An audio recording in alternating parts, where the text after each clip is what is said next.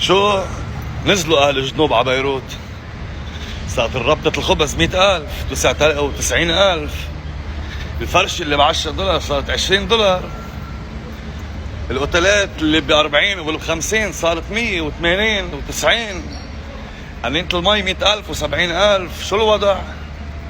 كله مرتاح ايه؟ شو اجوا السواح ولا اجوا النازحين؟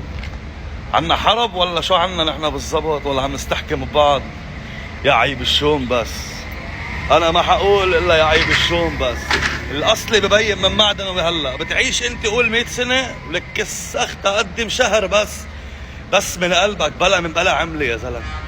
لقدم خذ ثمن القطعه يا خي، ارباح عليها على الرواق لتقدر تستمر وتجيب غيرها وتوقف حد الناس.